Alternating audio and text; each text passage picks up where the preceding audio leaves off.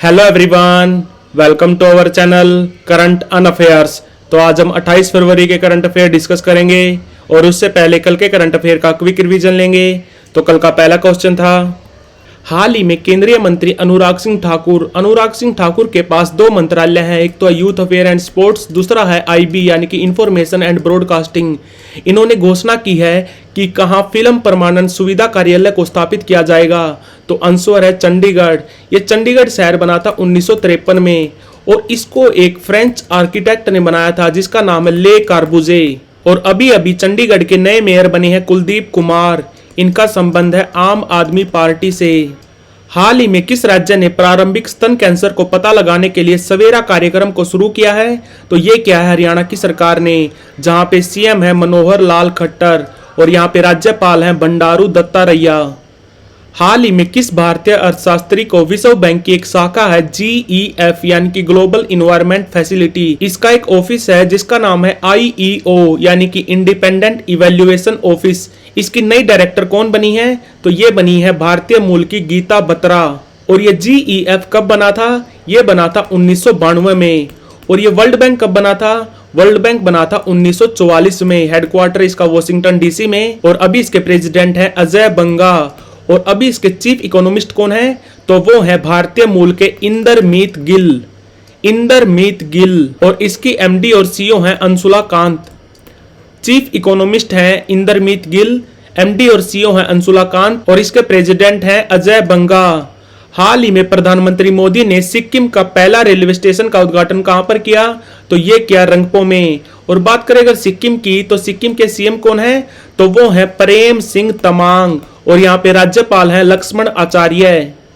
भारत और जापान के बीच धर्मा गार्डियन का ये 5वां एडिशन हो रहा है। ये कहाँ पे हो रहा है? ये हो रहा महाजन में। महाजन है राजस्थान में। और महाजन में अभी अभी 2 युद्ध अभ्यास किए थे हमने। एक किया था UAE के साथ जिसका नाम था डेजर्ट साइक्लोन और दूसरा किया था हमने सऊदी अरब के साथ जिसका नाम था सदा तंसीक। हाल ही में बिहार सरकार ने स्टार्टअप विकास को बढ़ावा देने के लिए किस बैंक के साथ साझेदारी की? तो आंसर है सिडबी बैंक। सिडबी यानी कि small industry development bank of India, जो बना था 1990 में। हेडक्वार्टर इसका लखनऊ में और अभी इसके चेयरमैन है एस रमन। हाल ही में कौन पुरानी पेंशन योजना यानी कि OPS लागू करने वाला पूर्वोत्तर का पहला राज्य बन गया है? तो यह बन गया है सिक्किम। CITS यानी कि कन्फेडरेशन ऑफ इंटरनेशनल स्मॉलटी होल्डर ने अपना हेडक्वार्टर चीन से भारत में शिफ्ट किया। यह पहले चीन में था। और भारत में जो भारत का टी बोर्ड है उसका हेडक्वार्टर कहाँ है? वो है कोलकाता में। हाल ही में प्रधानमंत्री मोदी ने झाबुआ में CM राइज स्कूल की आधारशिला रखी। तो ये झाबुआ किस राज्य में है? ये है मध्य प्रदेश में। और मध्य प्रदेश सरकार ने टारगेट रखा है 9000 नए CM राइज स्कूल बनाने का। ये भी याद रखना। जहां पे राज्यपाल हैं मंगू भाई पटेल और यहाँ पे CM है मोहन यादव। तो बढ़ते हैं आज की वीडियो की तरफ।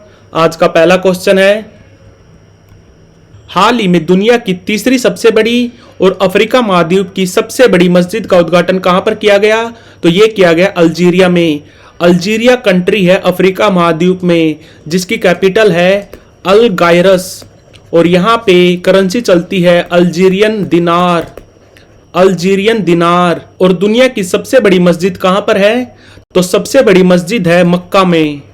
मक्का है सऊदी अरब में। इस मस्जिद में कैपेसिटी है 40 लाख लोगों की, यानी कि एक साथ 40 लाख लोग नमाज कर सकते हैं। और दूसरी सबसे बड़ी मस्जिद है मदीना में। मदीना भी है सऊदी अरब में। और तीसरी सबसे बड़ी मस्जिद बनी है अल्जीरिया में। और बात करें अगर भारत की, तो भारत की सबसे बड़ी मस्जिद कहां पर है? तो वो है भोपाल में। और मस्जिद का नाम क्या है? तो मस्जिद का नाम है ताज उल मस्जिद, जो है भोपाल में। और बात करें अगर मंदिर की यानी कि हिंदू टेंपल की, तो दुनिया का सबसे ऊंचा राम मंदिर बनेगा पर्थ शहर में। पर्थ है ऑस्ट्रेलिया में। ऑस्ट्रेलिया के पर्थ में राम जी का मंदिर बनेगा जिसकी ऊंचाई होगी 721 फीट। यह भी याद रखना। तो दुनिया की तीसरी सबसे बड़ी और अफ्रीका महाद्वीप की सबसे बड़ी मस्जिद का उद्घाटन किया गया अल्जीरिया में। हाल ही में कौन पंजाब जो पाकिस्तान में है उसकी पहली महिला मुख्यमंत्री बनी तो ये बनी मरियम नवाज। ये बेटी हैं नवाज शरीफ की। नवाज शरीफ 3 बार पीएम रह चुके हैं पाकिस्तान के। इनकी पार्टी है PMLN यानी कि पाकिस्तान मुस्लिम लीग नवाज। और पाकिस्तान के प्रेसिडेंट कौन है? तो वो हैं अभी आरिफ अलवी। आरिफ अलवी। और पाकिस्तान में साल 2025 में होगी चैंपियन ट्रॉफी। क्रिकेट की जो चैंपियन ट्रॉफी है वो साल 2025 में होगी पाकिस्तान में। चैंपियन ट्रॉफी को कौन करवाता है? इसको करवाता है ICC यानी कि इंटरनेशनल क्रिकेट काउंसिल, जो बना था 1909 में। हेडक्वार्टर इसका दुबई में और अभी इसके चेयरमैन हैं ग्रेग बार्कले। तो पाकिस्तान के पंजाब की पहली महिला मुख्यमंत्री बनेंगी मरियम नवाज।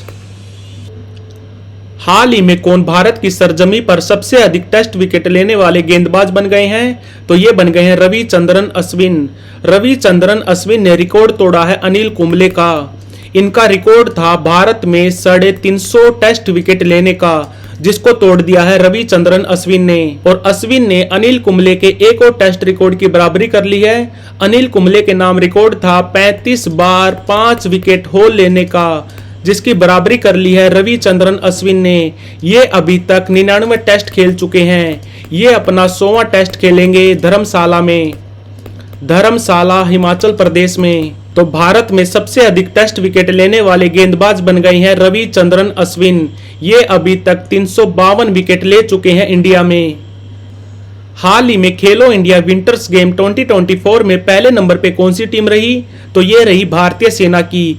भारतीय सेना ने टोटल गोल्ड जीते 10 और इसमें दूसरे नंबर पे रहा कर्नाटका। कर्नाटका ने टोटल गोल्ड जीते 9 और तीसरे पे रहा महाराष्ट्र। महाराष्ट्र ने टोटल गोल्ड जीते 7। और ये खेलो इंडिया विंटर्स गेम 2 फेज में हुए थे। इनकी स्टार्टिंग हुई थी लेह में, 2 से लेके 6 फरवरी तक हुए थे लेह में। और ये 21 से लेके 25 फरवरी तक हुए गुलमर्ग में। गुलमर्ग है जम्मू कश्मीर में। और ये खेलो इंडिया विंटर्स गेम पहली बार कब हुए थे? पहली बार हुए थे 2020 में, उसके बाद हुए थे 2021 में, उसके बाद हुए 2023 में। और ये इन खेलों का चौथा संस्करण था। इससे पहले इन तीनों संस्करणों में जीता था जम्मू कश्मीर। इस बार जीती है भारतीय सेना।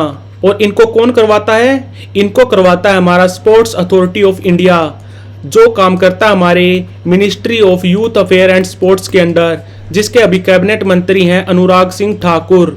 और ये स्पोर्ट्स अथॉरिटी ऑफ इंडिया कब बना था? ये बना था 1984 में। हाल ही में किसे GD बिरला अवार्ड्स 2023 से सम्मानित किया गया? तो ये किया गया डॉक्टर अदिति सेन डे को। ये है एक फिजिसिस्ट। फिजिसिस्ट को हिंदी में बोलते हैं भौतिक वैज्ञानिक। ये अभी भौतिक वैज्ञानिक हैं हरीश चंद्र रिसर्च इंस्टीट्यूट में। हरीश चंद्र रिसर्च इंस्टीट्यूट में। ये इंस्टीट्यूट है प्रयागराज यूपी में।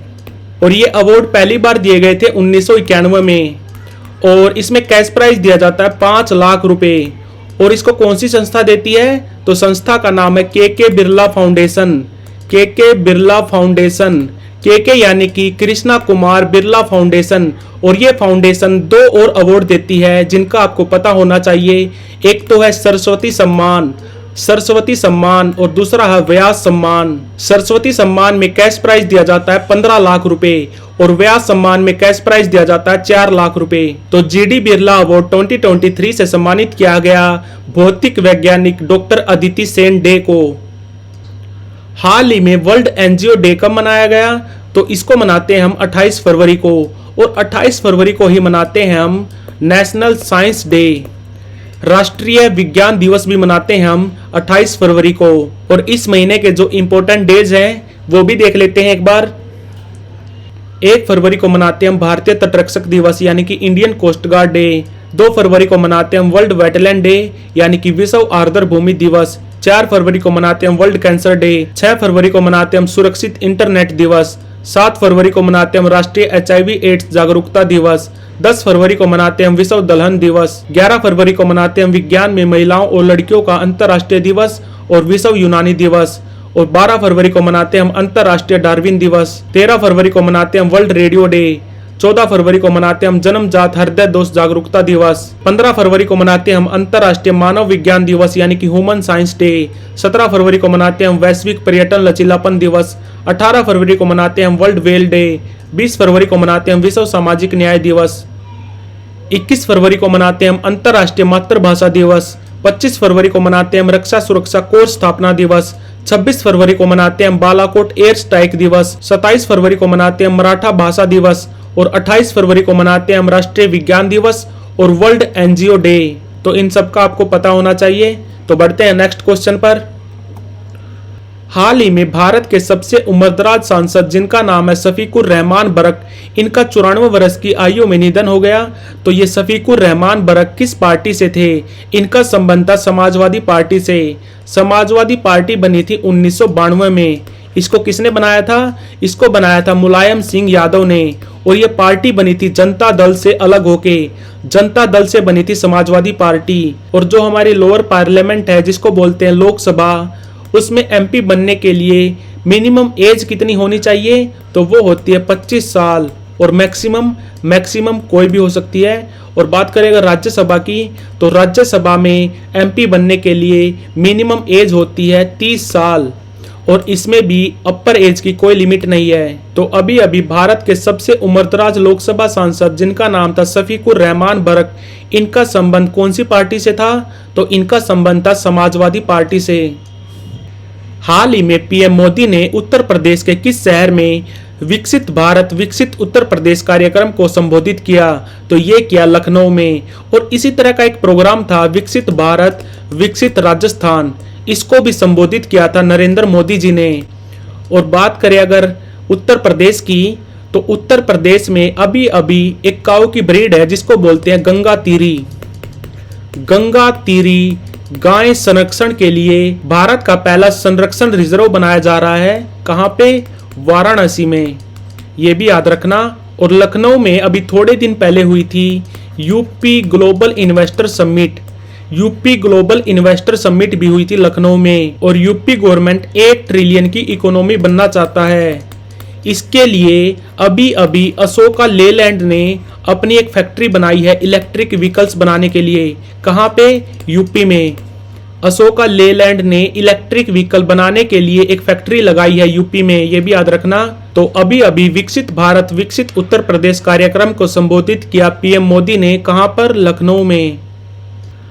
हाल ही में इंडस एक्स शिखर सम्मेलन 2024 दिल्ली में हुआ।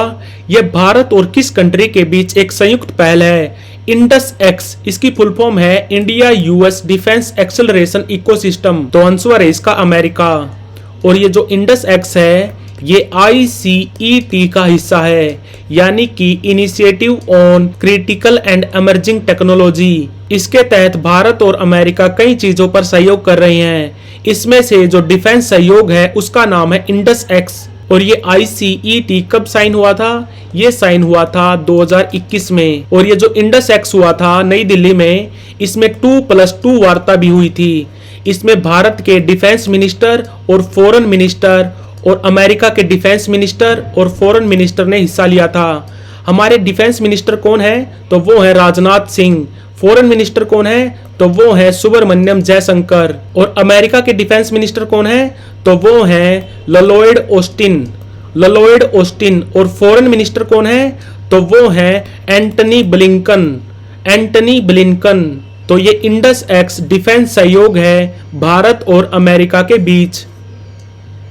तो like share subscribe. Thank you for watching current un affairs.